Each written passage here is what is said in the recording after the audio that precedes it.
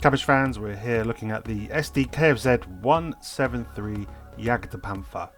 Set 2574, 950 pieces, one mini dude. This is the non-limited edition set. There is a limited edition set. I'll put a picture of that up in the corner. But let's get into the speed build.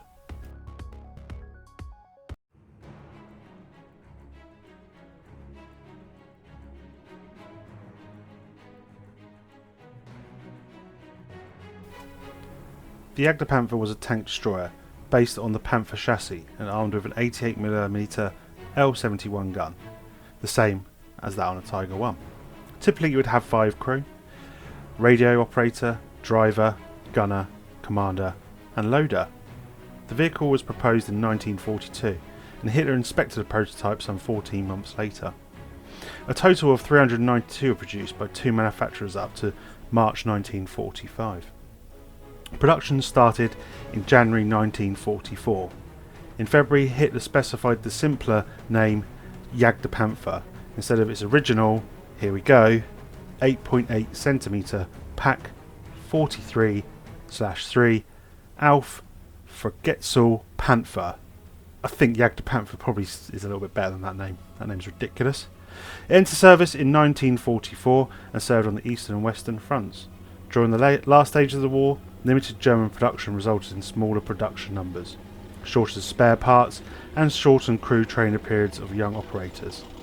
The Jagdpanther was also renowned for the exceptional use of sloped armour and remains a modern, sleek-looking design.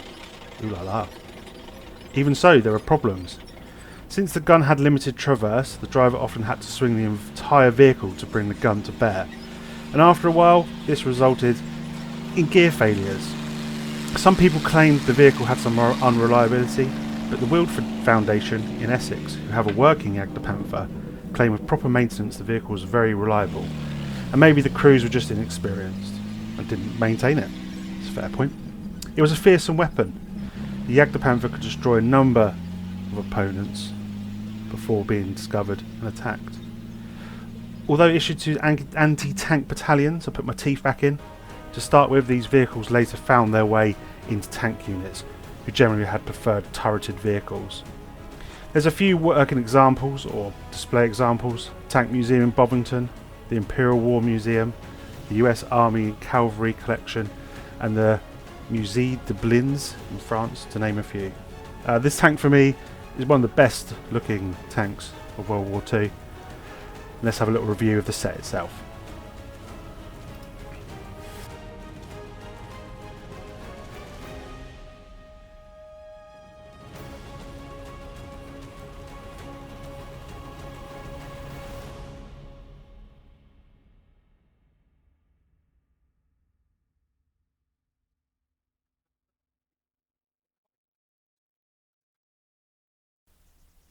Okay, here we have the tank built. Doesn't it look wonderful? This is probably top 5 for me, but we'll get into the review itself. It comes with a minifigure. This is not the limited edition, so you only get one minifigure in this set. Here he is. The little commander. He's got some good printing on him. We'll have a little look at the back of him. Look at that, wonderful. So the printing's great. Look at his hat here. The printing's really good on there. We'll get a closer look. And he's got some nice body printing. And on the back, there's some great printing as well. Let's have a little look at the tank itself. Looks brilliant from the side. Got printed parts here, as usual. The tracks move good on this. They go forward okay, but when they go backwards they get a bit stuck, so I don't know what's going on there. But they do have good movement forward. You do need a surface that's got a bit of traction. Anything smoother and it won't move. As you can see, they captured the slopes really well on here. They look great, the slopes, and the turret does move up and down. It doesn't have much wiggle room left and right, which is accurate to the actual tank. You have a little MG there. Very cool. You can close these hatches up, and there's some more printing on the top. And we've also got some printing on the side of these sloped bits here. It's a very slopey tank. Slopey shoulders. They're what I'm talking about. And the back, I love the back, the end, the exhaust detail even from the engine. Fantastic how they've captured all these angles. You can lift off the engine bay here, and you can see there's a couple of fans and the engine in the middle. You can take the engine out. We'll do that later on because it is a little bit fiddly. That's my only complaint about these. It's sometimes difficult to get bits off because they're quite smooth, but yeah, that hatch opens. We'll have a look at that later on as well. Now you can take the top off. This is the kind of piece de resistance. If you lift the top off, you've got the interior of the tank. So the other end of the gun. There's some shells in here, so you can see you can move it up and down. There's some shells in here, and you can also kind of see how they've done the slopes. So you can see there's some ball joints on the back part there that kind of get that angle, and then I'll move it in a minute. You can just see the hinged parts that get the slopes to the front and the sides to make this tank look very accurate. So there's some more detailing inside here. There's like a little screen and things like that. But if you had some more minifigures, you could fit a couple in there, one on the gunner's seat. Looks great. This kind of pops back on. It's just held on with these little pieces here. You just push it in like that. Job done. Looks awesome. Let's get this engine bay open and we can get this engine out. So I had to use a scalpel here, because you've got to kind of get down in here and dig it out a little bit. But once you've done it, it's done. And it's a standard Cobi engine at the moment. They all seem to look very similar. They did use similar engines, to be fair, most of these tanks, but we'll pop that back in. I like the fact you get an engine detail. You don't get a plaque or anything in this one, 'cause it's not a limited edition.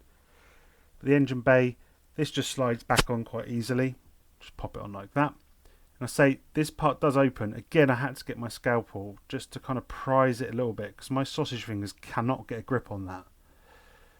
So once you've got it open a little bit, my sausage fingers work. But it just shows you the top of the engine, so it's kind of a bit pointless really. Don't know why I did that. This bit doesn't open. Don't know why I'm bothering to try. It doesn't open. But all in all, this tank looks pretty spectacular in my view. And it's in my top 5. I think it looks bloody fantastic.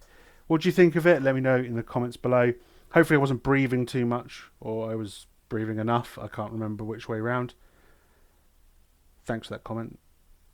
It was quite funny, it amused me, but I know I breathe a lot, so apologies. See you in the next video, Cabbage fans. Take care, bye bye.